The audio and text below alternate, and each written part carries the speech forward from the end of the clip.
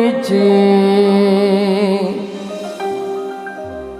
రుణం తీర్చను నా యేసయ్యా నీ ప్రేమకై నీ జాలికై పాడదాం. ఏమిచ్చి రుణం తీర్చను నా యేసయ్యా నీ ప్రేమకై నీ జాలికై. పాడలే. ఏమిచ్చి రుణం తీర్చను నా యేసయ్యా నీ ప్రేమకై నీ జాలికై. స్తుతి స్తోత్ర ఆరాధనా నా బ్రతుకంత ఆలాపన. హల్లెలూయా. స్తుతి స్తోత్ర ఆరాధనా నా బ్రతుకంత ఆలాపన. ఏమిచ్చి రుణం తీర్చను నా యేసయ్యా నీ ప్రేమకై నీ జాలికై. చప్పట్లు కొడదాం.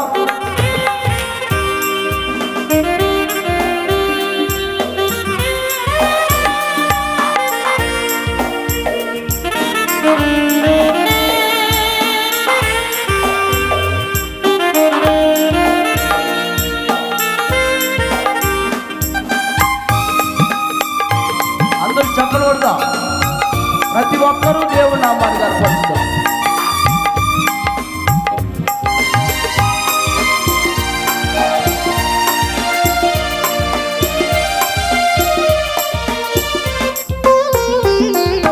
నాలో ఉన్న ఊపిరి నీవేనయ్యా, నా రాకను పోకను ఎరిగిన వాడవు నీవేనయ్యా.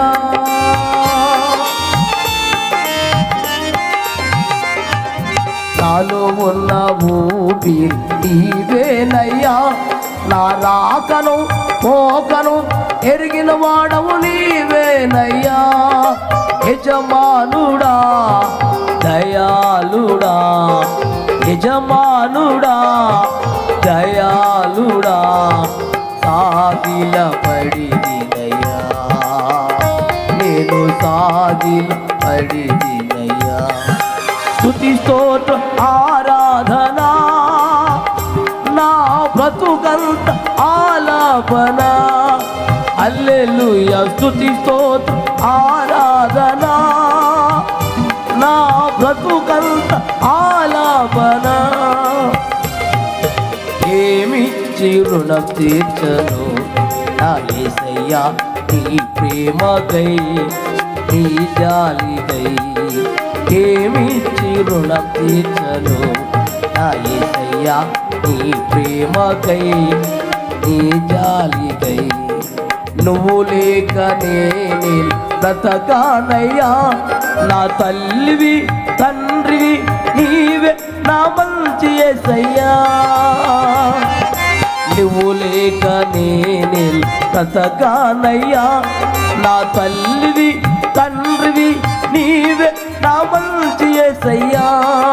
స్నేహితుడా ప్రాణప్రియుడా, స్నేహితుడా ప్రాణప్రియుడా, నమస్కారం చేద యేసయ్యా, నీకు నమస్కారం చేద యేసయ్యా. స్తుతి స్తోత్ర ఆరాధనా నా బ్రతుకంత ఆలాపన.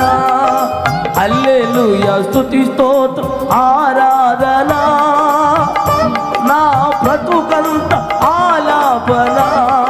స్తుతి స్తోత్ర ఆరాధనా నా బ్రతుకంత ఆలాపన. హల్లెలూయా. స్తుతి స్తోత్ర ఆరాధనా నా బ్రతుకంత ఆలాపన.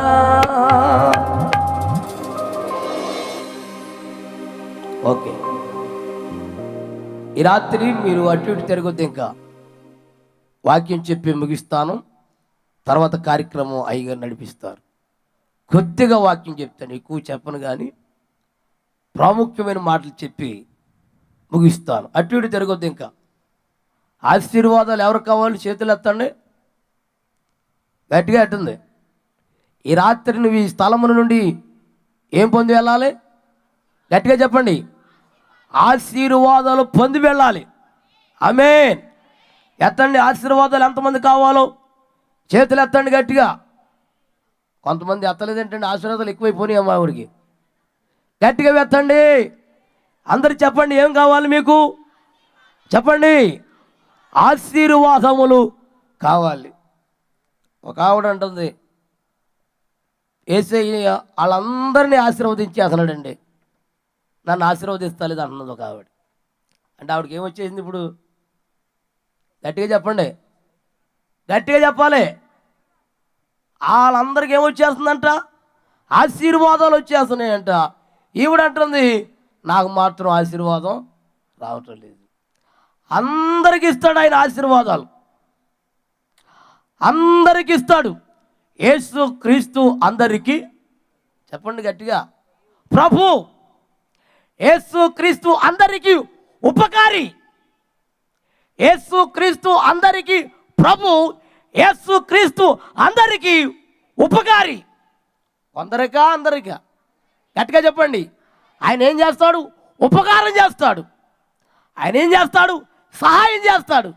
ఆయన ఏం చేస్తాడంటే ఆశీర్వదిస్తాడు. ప్రియులారా, ప్రతి బిడ్డని ఎందుకు దేవుడు ఆశీర్వదిస్తున్నాడంటే ప్రతి ఒక్కరు కూడా దేవునికి ఇష్టమైన పనులు చేస్తున్నారు కాబట్టి దేవుడు వారిని ఏం చేస్తున్నాడంటే ఆశీర్వదిస్తున్నాడండి. ఇలాగ అన్నప్పుడు, మంచి మాటలు వచ్చినప్పుడు ఏం చేయాలి? ఆమెను కాదు, చప్పట్లు కొట్టాలి. ఎప్పుడు? అందుకు అప్రమన్నట్టుంది. దేవునికి స్తోత్రం చెప్పండి గట్టిగా. ప్రియులారా, ఈ రాత్రి ఆయన ఆశీర్వదించే దేవుడు. ప్రతి ఒక్కరిని కూడా ఆశీర్వదిస్తాడు. ఎందుకంటే ఆయనకి ఇష్టమైన పనులు ఎవరైతే చేస్తారో ఖచ్చితంగా వారిని ఏం చేస్తాడంటే ఆశీర్వదిస్తాడు. ఆయనకి ఇష్టమైన పనులు ఏంటో కొన్ని పనులు చూపించి నేను ముగిస్తాను. ప్రియులారా, చూడండి ప్రియులారా, ఎవరికి ఇష్టమైన పనులు? చెప్పండి గట్టిగా. ఇక్కడున్న స్థలంలో ఉన్నవారు అందరూ చెప్పండి. ఆయనకి ఇష్టమైన పనులు ఎవరైతే చేస్తారో ప్రియులారా, వారిని దేవుడు ఖచ్చితంగా ఏం చేస్తాడంటే ఆశీర్వదిస్తాడండి. ప్రియులారా, ఆ పనులేంటో చూడండి ప్రియులారా. ద్వితీయోపదేశకాండము 28వ అధ్యాయము 2వ వచనం. ప్రియులారా, ద్వితీయోపదేశకాండము 28వ అధ్యాయము 2వ వచనం. ఎవరికన్నా మౌత్యం ఉన్నాయా? అమ్మా వినపడతలేదు నా మాట బాబు. మౌత్యం ఉండ ఎవరన్నా? నీవు నీ దేవుడైన యెహోవా మాట వినిన ఎడల, నీవు నీ దేవుడైన యెహోవా మాట వినిన ఎడల ఈ దీవెనలన్నీ నీ మీదకి వచ్చి, ఈ దీవెనలన్నీ నీ మీదకు వచ్చి నీకు ప్రాప్తించును. నీవు పట్టణంలో దీవించబడతావు, పట్టణములో దీవించబడతావు, పొలములో దీవించబడతావు, నీ గర్భఫలము, నీ భూఫలము, నీ పశువుల మందలు, నీ దుక్కుడెద్దులు, నీ గొర్రె మేక మందలు దీవించబడును. దేవునికి స్తోత్రం. హల్లెలూయా. ప్రియులారా, ఈ వాగ్దానం చేసిన దేవుడు ఎటువంటి వాడంటే, చెప్పండి గట్టిగా, నమ్మదగిన దేవుడు ఆయన. చాలామంది మనుషులు వాగ్దానం చేస్తారు కానీ ఆ వాగ్దానాలని నెరవేరం. కానీ దేవుడిచ్చిన వాగ్దానం తప్పకుండా ఏం చేస్తాడంటే నెరవేరుస్తాడు. వాగ్దానం చేసిన దేవుడు ఎటువంటి వాడు తెలుసా? అందరు చెప్పండి. నమ్మదగిన దేవుడు ఆయన. నువ్వు నా మాట వింటే నువ్వు పట్టణములో దీవించబడతావు, పొలములో దీవించబడతావు, నీ గర్భఫలము, నీ భూఫలము, నీ పశువుల మందలు, నీ దుక్కుడెద్దులు, నీ గొర్రె మేక మందలు దీవించబడతాయి అన్నాడు. ఎప్పుడు? ఆయన మాట విన్నప్పుడు, ఆయన మాటకు లోబడినప్పుడు, ఆయన చెప్పింది నెరవేర్చినప్పుడు ప్రభు ఖచ్చితంగా నిన్నేం చేస్తాడంటే ఆశీర్వదిస్తాడు. ప్రియులారా, ఆయన మాట వినాలి. నిజంగా దేవుని దాసుడు ప్రియులారా, బైబిల్లో మరి ఆది కాండములో 22వ అధ్యాయంలో ఒక వ్యక్తి కనబడుతున్నాడు. ఆ వ్యక్తి పేరు ఏం పేరంటే అబ్రహాం. ప్రియులారా, అబ్రాహాము ఎవరి మాట విన్నాడంటే దేవుని మాట విన్నాడు ప్రియులారా. దేవుని మాట విన్నాడు, ఆయన చెప్పింది చేశాడు, దేవునికి భయపడ్డాడు. ఆ 17వ వచనంలో చక్కని వాగ్దానం చేస్తున్నాడండి. ఏమని వాగ్దానం చేస్తున్నాడు చదవండి. నేను నిన్ను ఆశీర్వదించి. ఎప్పుడు ప్రియులారా?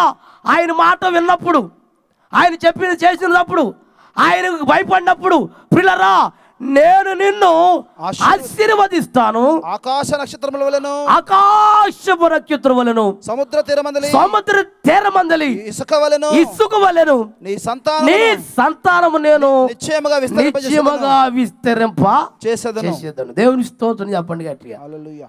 దేవునికి ఒకటి ఇస్తేనంటే ఎన్ని ఇస్తాడు మనకి? గట్టిగా చెప్పండి. యేసయ్యకి ఒకటి ఇస్తే మనం ఎన్ని ఇస్తాడో? 10 అంట. 10 కాదు, విస్తారంగా ఇచ్చేస్తాడండి. అబ్రాహాము ఒకటే ఇచ్చాడు. ఎవరిని?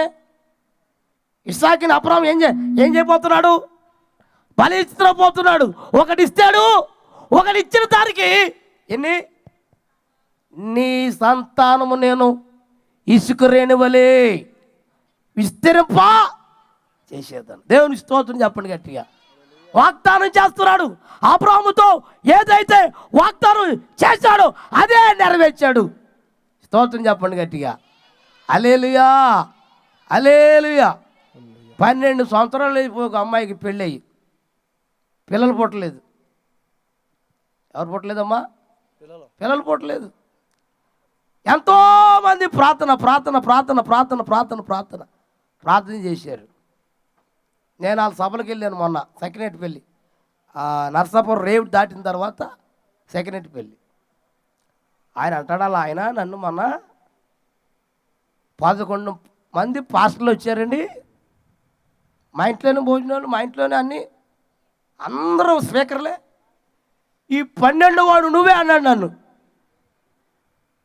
ఏంటి నన్ను అన్నం ఏంటి అన్నాను. 11 మంది ప్రార్థన చేశారు కానీ ఎవరు నాకు పిల్లలు పుట్టలేదు అన్నాడు. ఈ సంవత్సరం నువ్వు వచ్చావన్నాడు నన్ను. మరి ఏం చేయమంటావు? నువ్వు కూడా ప్రార్థన చేస్తే నాకు పాపో బాబో పుట్టాలి అన్నాడు. స్తోత్రం చెప్పండి గట్టిగా. మరి ఇప్పుడు ఏమన్నా మీ భార్యకి ఏమైనా విశేషమా అన్నాను. 7వ నెల వచ్చింది అన్నాడు. దేవుని స్తోత్రం చెప్పండి గట్టిగా. నీకు ఎవరు కావాలన్నాను. మా పిల్లోడు కావాలని అన్నాడు. మా పిల్లోడా ఆడపిల్లను? మా పిల్లోడు అన్నాడు. స్తోత్రం చెప్పండి గట్టిగా. హల్లెలూయా. మగ పిల్లోడు పుడితే నిన్ను ఎత్తుకొని నీకు నేను జై కొడతాను అన్నాడు. నాకు కాదురా బాబు, దేవుని కొట్టురా ఆయన అన్నాడు. స్తోత్రం చెప్పండి. వాళ్ళ ఊరిలో 3 రోజులు మీటింగు. 7వ నెల అంట ఆవిడికి. ఆఖరి మీటింగులో 3 రోజులు వాకింగ్ చెప్పి వీళ్ళ కొరకు ప్రార్థన. నాయనా, నేను వెళ్ళేదాకా ఈవిడికి నొప్పులు రాకూడదు. ఒకవేళ నొప్పులు వచ్చేసిందంటే ఆడపిల్ల పుట్టితే మళ్ళీ నన్ను బాధేస్తాడు వీడు. కాబట్టి నేను వెళ్ళేదాకా ఈవిడికి ఏమి రాకూడదు చెప్పండి అమ్మా. నొప్పులు రాకూడదు అని 3 రోజులు ఆమె కోసం ప్రార్థన. ఆఖరి రోజున మంచి ఉద్యోగం వాకింగ్ చెప్పేసి అన్నం తినేసి వాళ్ళ ఇంట్లో పడుకున్నానండి. అర్ధరాత్రి 2 గంటలకి నొప్పులు వచ్చేస్తాను ఈవిడికి. నేను ఏదైతే ప్రార్థన చేశానో అదే జరిగిపోతుంది అక్కడ. ఏమి రావద్దన్నాను? 7వ నెలలో నొప్పులు వస్తాయో తెలియదు కానీ 7వ నెలలో ఆవిడికి నొప్పులు వచ్చాయి.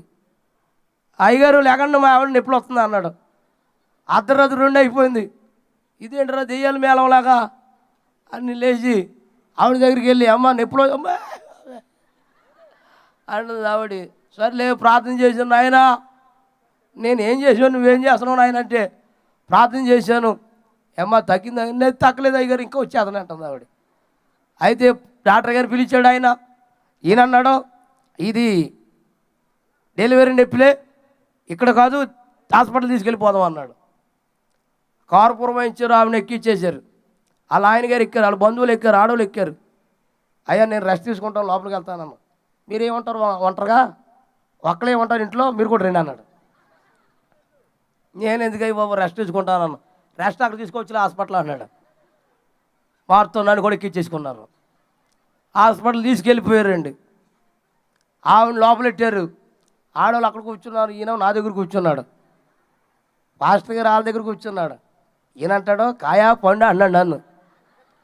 బాబు కాయ ఏంటో పండు ఏంటో నాకు తెలియదు కానీ నీకు కావలసింది మగపిల్లలు పుడతాడయ్యా, నువ్వు కంగారు పడకన్నాను. స్తోత్రం. ఆ నర్సుతో ముందు నేను వెళ్ళి గదిలోకి వెళ్ళి, అమ్మ ఈ అమ్మాయికి ఎవరు పుట్టినా ముందు నాకు చెప్పేయి, ఎందుకంటే పారిపోతాకు సిద్ధంగా ఉంటాం. స్తోత్రం చెప్పండి గట్టిగా. అలాగే అండి అందే. నేను ఎవరు ఆవిడకి తెలీదు. మళ్ళీ రెండోసారి అడిగాను, ఏంటండి ఏంటి అంతమా అని అడుగుతున్నావు ఏంటి, అంతమా అని అడుగుతున్నావు ఏంటి? అమ్మ అడుగుతాం కాదు, వాళ్ళ ఊర్లో సభలు జరుగుతున్నాయి, 12 వాడిని పాస్టర్ నేను ఇప్పుడు, ఆయన మగపిల్లలు పుడతాడా ఆడపిల్ల పుడతాడని పంది వేసాడు ఆ మీద, కాబట్టి ఎవరు పుట్టిన ముందు నాకు చెప్పేయన్నాను. దేవుని స్తోత్రం. వెళ్ళి 2 గంటలైంది కానీ డెలివరీ అవుతలేదు ఆవిడ. ఇక నాకు డెలివరీ అయిపోయేలా ఉంది. స్తోత్రం చెప్పండి గట్టిగా. భయం, వీడు ఎక్కడ ఏం చేస్తాడని భయం వేసిపోయి మొత్తం హాస్పిటల్ చుట్టంతా తిరిగేస్తున్నాను. నాయన ఎవరు పుట్టినా మగపిల్లడు పుట్టేలా సాయించు నేను. నిజంగా మగపిల్లడు పుట్టేసాడండి. స్తోత్రం చెప్పండి గట్టిగా. హల్లెలూయా. నా కోసం ఎతికేస్తున్నాడంటే ఇలా ఆయన, ఈయన ఎతికేస్తాడంటే మొత్తానికి ఆడపిల్ల పుట్టేసింది అనుకుంటా అని నేను పరిగెత్తికి వెళ్ళిపోతున్నాను. ఆయన నాకంటే స్పీడ్గా పరిగెత్తికి వచ్చేసాడు. అయ్యగారు ఎక్కడికి పారిపోతున్నావు అన్నారు. పారిపోతాం కదా నన్ను అడగ అంతే అన్నాను. స్తోత్రం చెప్పండి. ఆయన నన్ను పట్టుకొని ఎత్తుకొని అలా ఎగరేసి మళ్ళీ పట్టుకుంటున్నాడు. బాబోయ్ పడిపోతున్నాయా వదిలేవయ్యా అన్నాను. లేదయ్య గారు మిమ్మల్ని పట్టుకుని మేము మీకు జై కొట్టాలన్నాడు. ఏంటి ఆయన విశేషం అన్నాను. నాకు మగపిల్లడు పుట్టాడు అన్నాడు. స్తోత్రం చెప్పండి గట్టిగా. నిజంగా ప్రవీణ్ అయ్య గారు, నిజంగా సునీత అమ్మగారు, నిజంగా దేవుడిచ్చిన వరం అండి అక్కడికి. స్తోత్రం చెప్పండి గట్టిగా. హల్లెలూయా. ఏమన్నాడు తెలుసా? నువ్వు నా మాట వింటే నిన్ను ఆశీర్వదిస్తాను. ఇంకేమన్నాడు చూద్దాం చూడండి పిల్లరా. రెండవది ఏంటంటే, ఎంత మాట విన్నా, ఎంత దేవునికి లోబడినా, లోబడిన వాడు, దేవుని మాట విన్నవాడు, వినినవాడు ఏం చేయాలంటే పిల్లరా దేవునికి స్తుతించాలి. దేవుని ఏం చేయాలి? స్తుతించాలి. స్తుతించాలి, ఆరాధించాలి, గణపరచాలి, మహిమపరచాలి, కదలాలి, మెదలాలి, ఆడాలి, పాడాలి. ఏం చేయాలి? కదలాలి, చెప్పరేమ్మా, కదలాలి, ఆడాలి, పాడాలి, స్తుతించాలి. దేవుని స్తోత్రం. నేను కథల్లో నేను ఇలాగా ఉంటాను అంటే నీకు ఆశీర్వాదం రాదు. అందుకనే 2వ దినవృత్తాంత గ్రంథం 2వ దినవృత్తాంత గ్రంథం ప్రియులారా 25:26 వచనంలో ఈ మాట ఉంటుంది ప్రియులారా. 20:26 2వ దినవృత్తాంత గ్రంథం 25:26 వచనం. 4వ దినమున వారు బెరాకా లోయలో కూడిరి. అక్కడ వారు యెహోవాకు కృతజ్ఞతాస్తుతులు చెల్లించినందున. ఏ స్తుతులండి? కృతజ్ఞతాస్తుతులు చెల్లించినందున నేటి వరకు ఆ చోటికి బెరాకా లోయ అని పేరు. బెరాకా అనగా స్తుతి, స్తుతి అనగా ఆశీర్వాదం. దేవుని స్తోత్రం చెప్పండి గట్టిగా. అంటే దేవుని స్తుతిస్తే, దేవుని ఆరాధిస్తే, దేవుని కనపరిస్తే,